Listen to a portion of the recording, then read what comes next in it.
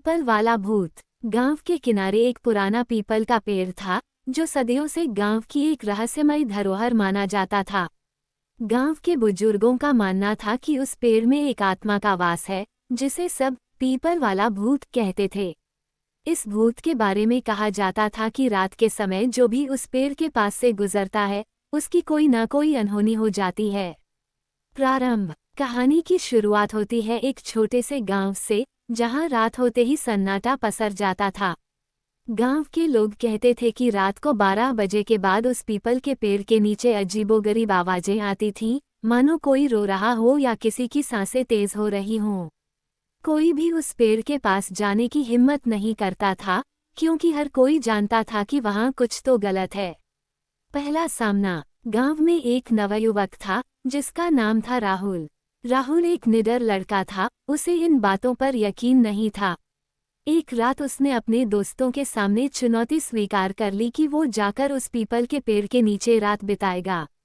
उसके दोस्तों ने उसे बहुत समझाया पर उसने किसी की नहीं सुनी और अकेले ही निकल पड़ा।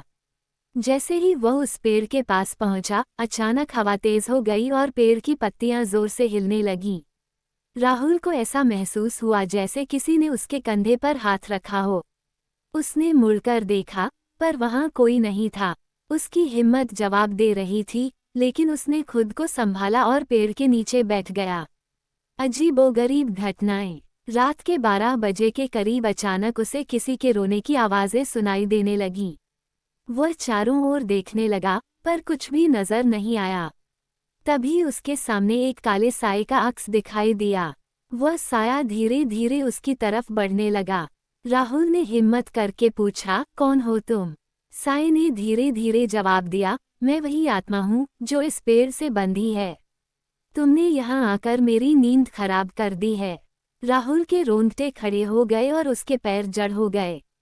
उसे समझ नहीं आ रहा था कि वह क्या करे। भूत की कहानी। भूत ने राहुल को बताया कि वह भी कभी इंसान था जिसका नाम रघु था। वर्षों पहले रघु को गांव के कुछ लोगों ने जादू टोने के शक में मारकर इसी पीपल के पेड़ से लटका दिया था। उसकी आत्मा को शांति नहीं मिली और वह इस पेड़ से बंधी रह गई। वो हर उस इंसान से बदला लेना चाहता था जो उसके पास आता था क्योंकि उसे इंसानों पर कोई भरोसा नहीं रहा था। राहुल का डर। राहुल ने डरते हुए भूत से माफी मांगी और कहा कि वो उसकी आत्मा को शांति देने में उसकी मदद करेगा। भूत ने राहुल को चेतावनी दी कि अगर उसने अपने वादे को नहीं निभाया तो उसे भी उसी तरह सजा दी जाएगी जैसे रघु को दी गई थी। राहुल ने कसम खाई कि वह गांव के लोगों को सच्चाई बताएगा और भूत की आत्मा की मुक्ति के लिए प्रयास करेगा। गांव वालों का बदलाव। अगले दिन सुबह राहुल गांव के सभी लोगों को इकट्ठा करके उस पीपल वाले भूत की कहानी बताता है। वो उन्हें समझाता है कि रघु निर्दोष था और उसके साथ अन्याय हुआ था। गांव के लोग पहले तो डरते हैं लेकिन राहुल के समझाने पर वे उस पेड़ के पास जाते हैं और रघु की आत्मा के लिए प्रार्थना करते हैं।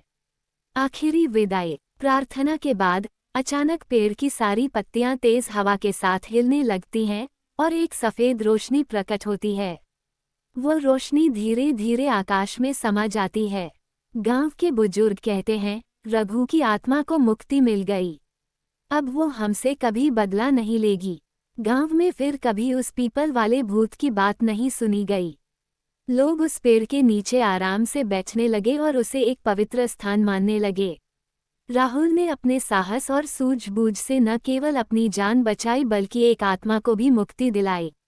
और इस तरह पीपल वाला भूत की कहानी गांव के लोगों के लिए एक सीख बन गई कि अंधविश्वास और डर से ऊपर उठकर सच को पहचानने की जरूरत होती है। दोस्तों, आपको ये कहानी कैसी लगी प्लीज़ हमें कमेंट करके ज़रूर बताएं। Subscribe my YouTube channel.